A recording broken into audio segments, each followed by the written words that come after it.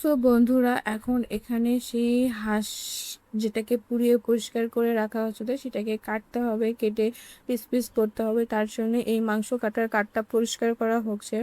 মাংস কাটার কাঠটা পরিষ্কার হয়ে গেলে এখানে বসে বসে মাংস কাটা হবে। অনেক দিন ধরে পড়েছিল, সেজন্য ভালো করে ধুয়ে নেওয়া হলো। এখন আমাদের মাংস কাটার পালা। ছোটো ছোটো টুকরো করে স্লাইস করতে হবে যাতে ভালো হয়। সো এখন আমি খুব নিপুণতার সাথে মাংসগুলো ধীরে ধীরে কাটছে। আর এই মাংস কাটার জন্য এই কাঠটা নিয়ে আসা। সো এখন মাংস কাটার কাজ চলছে। আমি একটু একটু করে দেখিয়ে দিচ্ছিলাম কি করে কাটতে হবে। সে এখানে উনি বেশ সময় ধরে মাংসগুলো কেটেছে টুকরো টুকরো করে। আমি না ফার্স্টে ভেবেছিলাম সে মাংসগুলো লাল কেন, তো আমি কখনো জানতাম না যে হাঁসের মাংস এরকম লাল হয়। ফার্স্ট টাইম দেখেছি। অ্যাকচুয়ালি হাঁস সম্পর্কে এক্সপিরিয়েন্স খুবই কম, এবার আমার অনেক এক্সপিরিয়েন্স হয়েছে। সো এখন মাংসগুলো কাটা হচ্ছে। এখন মাংসগুলো কাটতে যেটুকু সময় সে পর্যন্ত অপেক্ষা, তারপরে আমরা চলে যাবো রান্না করতে।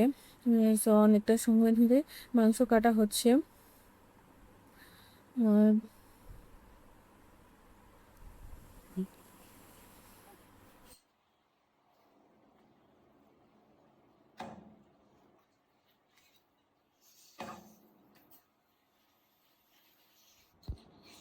다른 수로 해. 트레인 수로.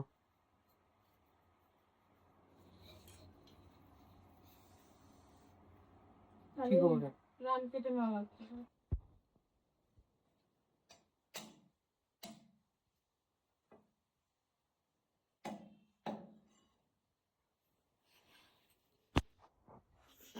이게 비스.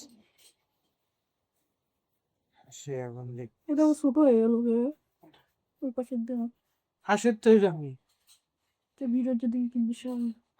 ওই যে এটা কাটা ফেলে করেছে যে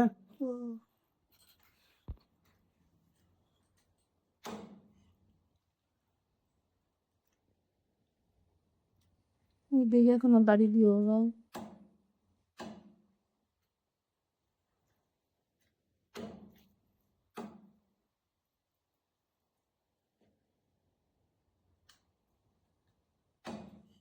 দেখে ভিডিওর মধ্যে কিছু নেই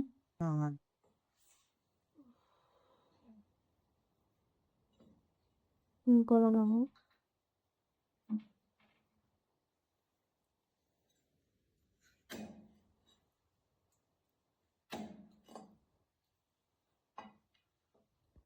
ফাইনালি মাংস কাটা ডান। সো সব কিছু কাটা শেষ। এই রান্নাঘরের অবস্থা। অন্যদিকে দেখতে চলে গেছেন, এখন পোস্টটা কে করবে জানি না। সো কাটা ডান, একদম রান্না করা।